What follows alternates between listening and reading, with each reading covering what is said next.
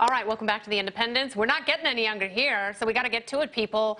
We like to challenge conventional wisdom every once in a while and take our viewers to new places intellectually, because we can't load up a van and take it to Saskatchewan. That would take too long.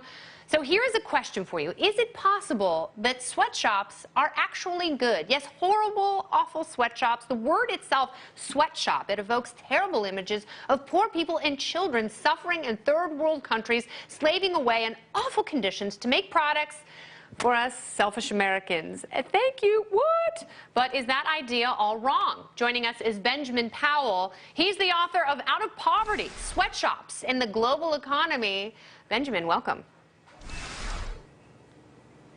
Hey, Kennedy, good to be back and see you again. Oh, I'm so happy you're here. I know we have a bit of a delay, so we'll work around it. It is live television, and I will ask you, define sweatshops.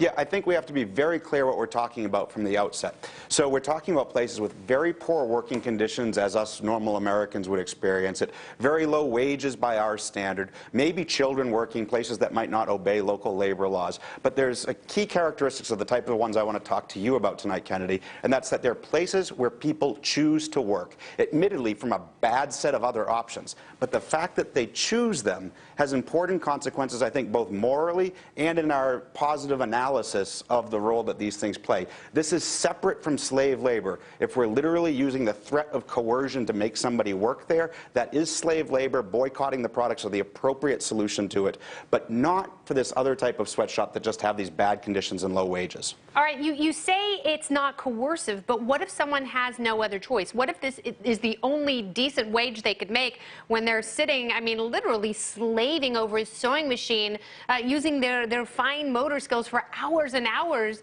at a time? Obviously, it's not ideal, but it's also not that great. I mean, you kind of romanticize it. No, I'm not romanticizing anything here, Kennedy. Listen, working in a sweatshop stinks, and it's much worse than that.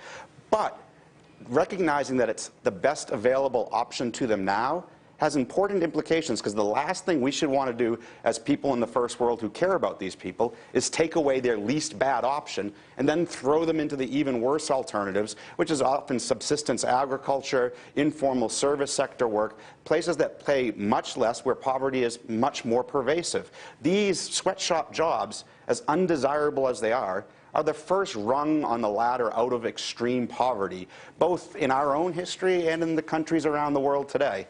All right, well, you know what, it's a really interesting argument. Benjamin, thank you very much for being here, because obviously if we're going to allow third world countries to evolve and progress and become first world countries, we need for them to use the resources which they have. Sometimes all that is a labor force. Thank you very much, Benjamin.